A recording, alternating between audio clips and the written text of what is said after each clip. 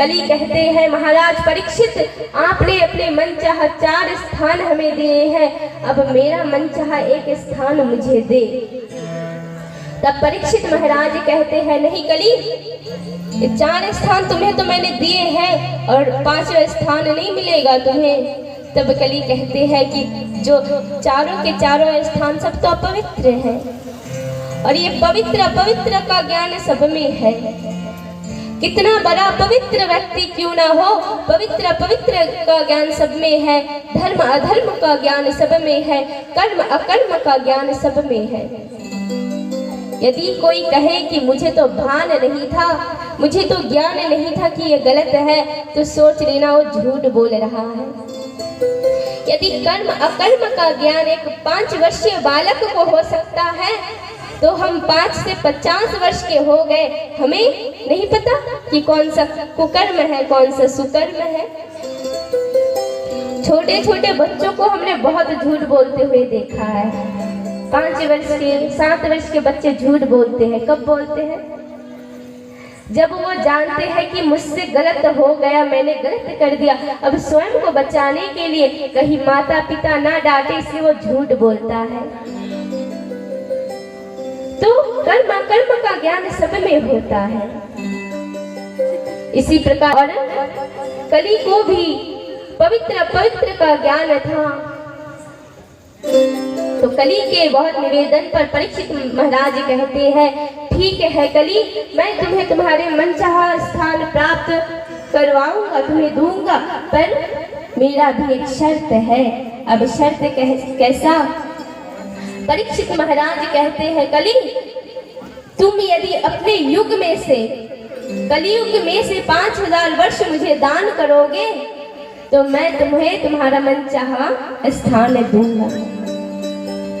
कली सोचता है कि अच्छे समय कब बीत जाएंगे पता नहीं चलेगा, क्योंकि ये हम सब ने देखा कि अच्छा समय बहुत ही जल्दी बीत जाता है, पता नहीं चलता, और दुख का एक एक क्षण वर्षों के समान लगता है, बीतता नहीं है इतनी जल्दी। कली ने कहा, ठीक है महाराज, मैंने आपको 5000 वर्ष दान किया, अब कली कहता है, तो परीक्षित कहते हैं, लो तुम्हें कौन सा स्थान चाहिए तुम बोलो। तब कली कहता है, मुझे सोने में भी स्थान चाहिए।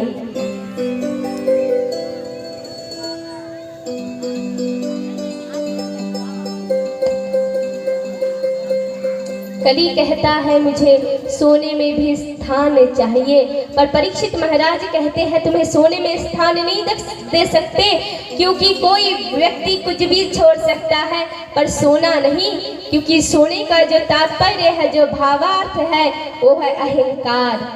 मानव कुछ भी छोड़ सकता है पर अहंकार नहीं छोड़ सकता। तो सोने का जो भावार्थ बताया गया है वो अहंकार है। पर कली के बहुत विनय और निवेदन पर महाराज परीक्षित ने कहा, ठीक है कली, मैं तुम्हें सोने में भी स्थान, सोना जिस सोने को अपवित्रता से कमाई जाए उस सोने में मैं तुम्हें स्थान दूंगा। इसीलिए कहते हैं, यदि अकर्म कुकर्म से कुछ बनवाया जाए तो उसमें कली का प्रवेश होता है। इसीलिए भले ही कुछ समय बुझ जाती है।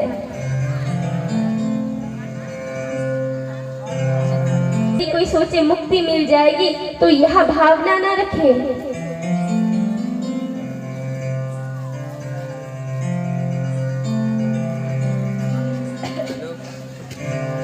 मुक्ति मिले यह सोच ना रखे, बस केवल यह भावना रखे, यह सोच रखे कि कर्म करे, पर कर्म में इतनी गड़बड़ी ना हो जाए कि अगले जन्म में 2 पैर की जगह 4 हो जाए।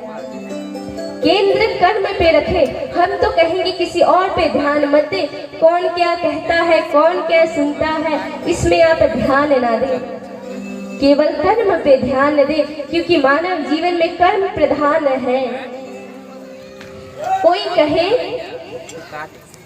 कोई कहे पूजा क्या है, तो जो बॉर्डर पे जो फौजी होते हैं ना, उनके लिए पूजा है लड़ना, अपने देश का हिफाजत करना, सुरक्षित रखना अपने देश को, क्योंकि ये उनका कर्म है, इसीलिए ये कर्म ही उनके लिए पूजा है। तो मानव जब निष्ठा से अपना कर्म करता है, वही कर्म उसके लिए पूजा बन जाती है।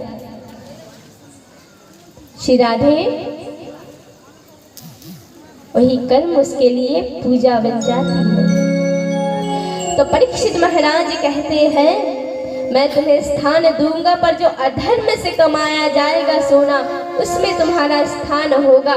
धर्म के किसी वस्तु में, किसी कार्य में तुम्हारा स्थान नहीं होगा। कली तो कली भी मुस्कुराते हुए कहते हैं, महाराज कलियुग का इतना प्रभाव होगा कि मानव में धर्म शेष नहीं बचेगा, सब अधर्म ही अधर्म करेंगे, और उसी अधर्म के रास्ते में मानव में प्रवेश करूंगा। कहिए राधे राधे।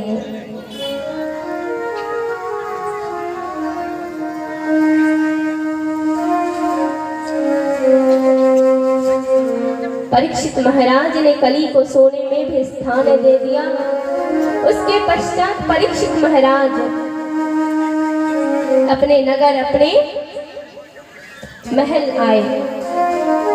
कहते हैं परीक्षित महाराज का जो महल था, उस महल में एक कक्ष था जिसमें सोना चांदी इत्यादि, जिसे खजाने का घर कहा जाता है। एक दिन महाराज परीक्षित के मन में आया कि जो परीक्षित जी के दादाजी थे, पितामह युधिष्ठिर स्वर्ग जाने से पूर्व परीक्षित को यह कह गए थे, परीक्षित ये जो घर है इस